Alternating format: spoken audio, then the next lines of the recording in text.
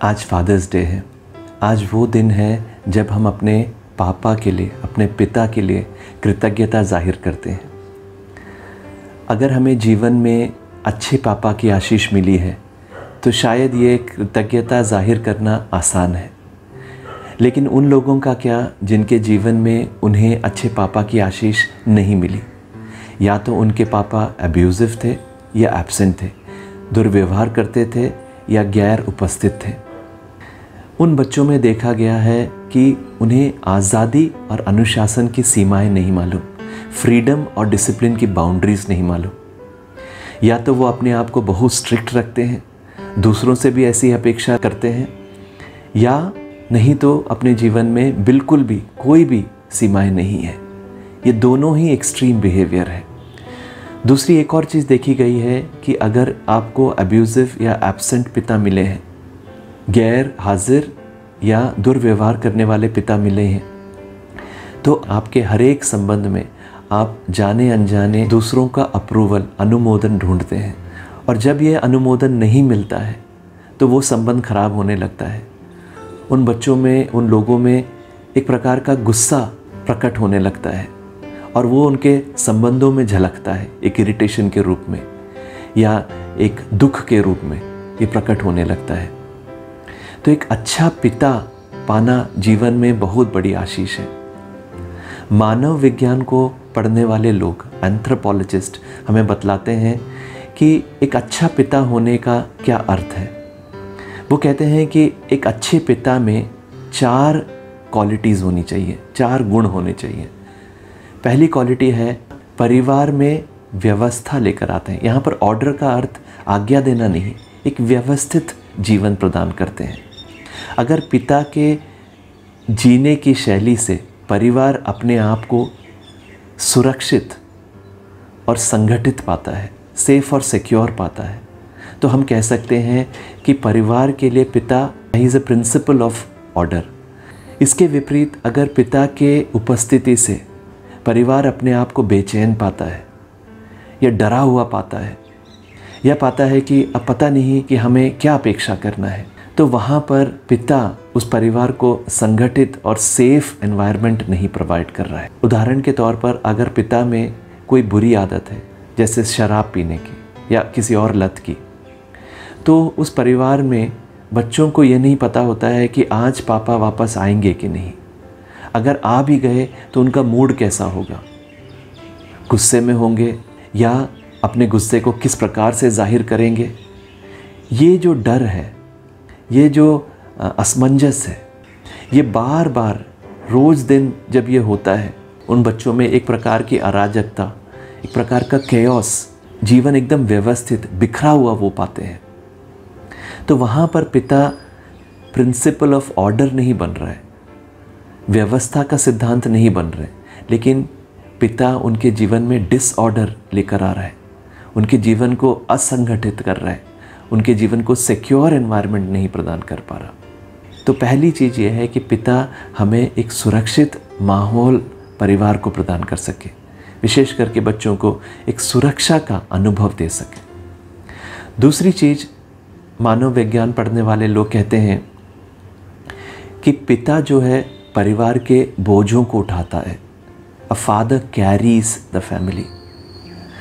यहाँ पर बोझों को उठाने का मतलब ये नहीं कि आप शारीरिक रूप से करें, लेकिन परिवार की परेशानी, परिवार का दुख, परिवार की पीड़ा, परिवार की जो समस्याएं हैं, अगर पिता अपनी समस्या के रूप में स्वीकार करता है और उसको हल करने के उपाय ढूंढता है, तो वहाँ पर पिता परिवार के बोझों को उठा रहा है।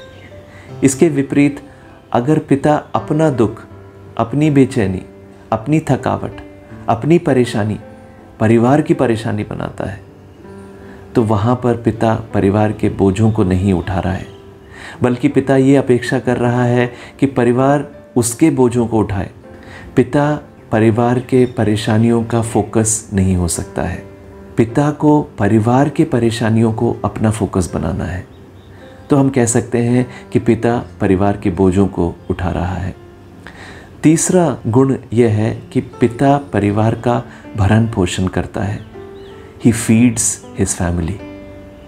और यहाँ पर सिर्फ खाने से तात्पर्य नहीं है, परिवार की जो भी ज़रूरत है उसको पूरा करना पिता की जिम्मेदारी है।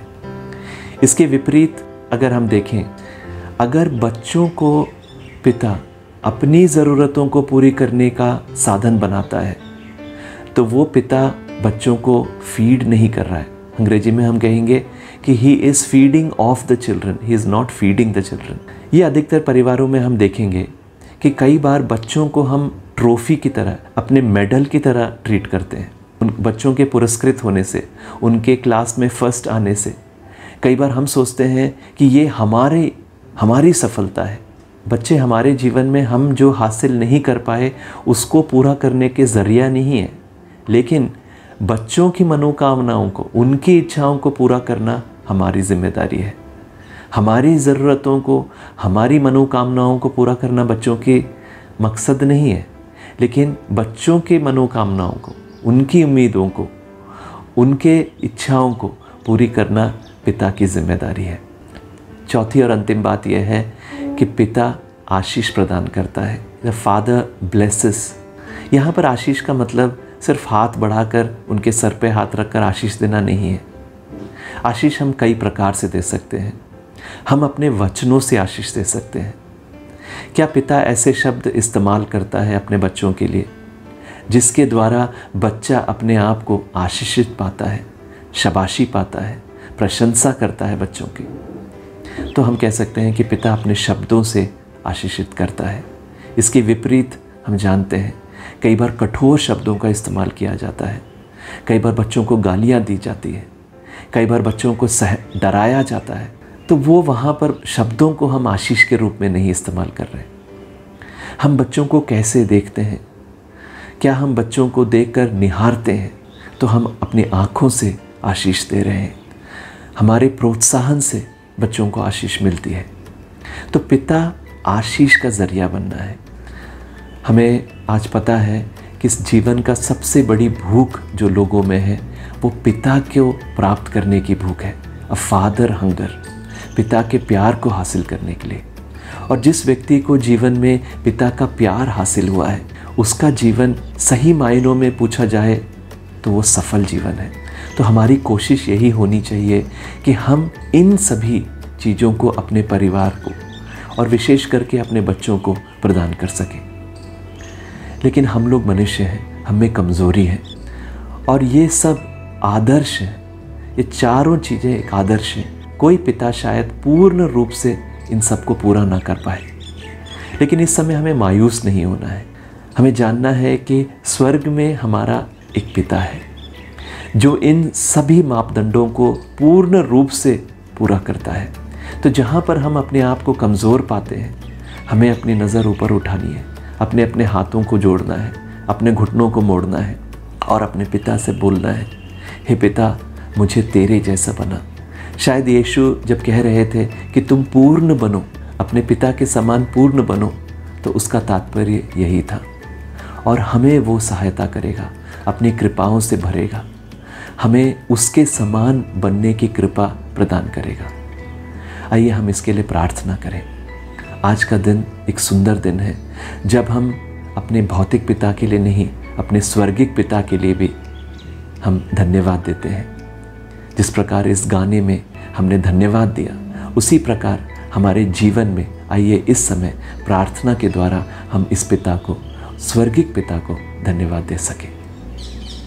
हे पिता, हमें धन्यवाद देते हैं कि तूने हमें एक पिता बनने की आशीष दी है, लेकिन हम कमज़ोर हैं, हम में बहुत कमियां हैं।